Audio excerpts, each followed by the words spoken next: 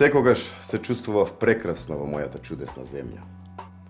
Но време е да го почувствувам духот на војводите, комитите, да го почувствувам духот на луѓето кои за својот народ го дадоа најдрагоценото – животот.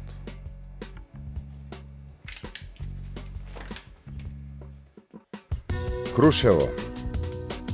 Колку е убаво распослано во планинските пазови.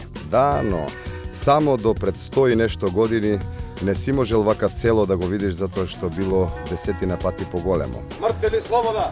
За Македонија! Колку мирно се живее во Крушево. Како целиот град да е само град на спомени.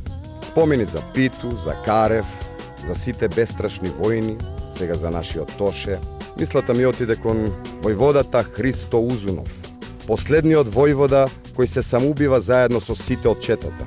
Ги прашав луѓето за него. Ми кажаа дека загинал тука блиску, но не во Крушево, туку отаде во Цер, а дотаму ќе стигнеш по стариот пат. Еве по овие патеки, низ овие шуми каде што сега јас ве водам, врвеле четите.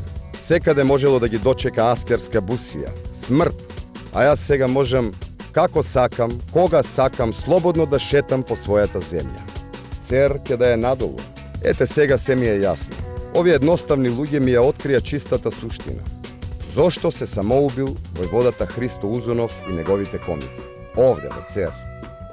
Сигурно заради идеалот, сигурно заради заветот за Македонија, но првиот, најблагороден мотив за саможртва им бил народот. Овој во Цер. Раскажуваат дека селото од сите страни било сардисано. Топовите навртени, четата на Узунов село. Ги гледам околните стрмнини и се прашувам нели можеле низ оган да се пробијат до првата корија, до најблиската планина. Харно ама, селаните ќе останеле и ќе биле жестоко казнети. Да се предадат, не им долекувало на такви горостаси. И војводата ја дал последната наредба. Сите да се самоубијат. Ете зашто е чудесна мојата Македонија.